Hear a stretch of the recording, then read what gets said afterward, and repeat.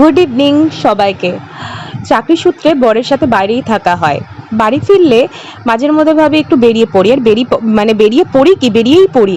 ও না থাকলেও আমরা তিনজন মিলেই বেরিয়ে পড়ি, হয় কখনো সিনেমা দেখতে বা কখনো টুকটাক শপিং বা আহ, এই সামনে আমাদের শ্যামনগরে কালী মন্দির, সেখানেও চলে যায়। তো আজকে ভাবলাম একটা বিশেষ কাজও ছিল, যেটা আমি আর ও গেলেই হতো, কিন্তু মামুনি বাবাকে সঙ্গে নিয়ে গেলাম। সেই কাজটা শেষ করে আমরা পৌঁছে গেছিলাম ভোলানাথ কেবিনে। কিন্তু যে উদ্দেশ্যে যাওয়া, সেই উদ্দেশ্য মানে ফিশ ফ্রাই শেষ হয়ে গেছিলো। ওনারা আমাদেরকে বললো নীলাচলে যেতে। সেই নীলাচলের যে ফিশ ফ্রাই সত্যিই দুর্দান্ত ছিল, আমার তো ভীষণ ভালো লেগেছে।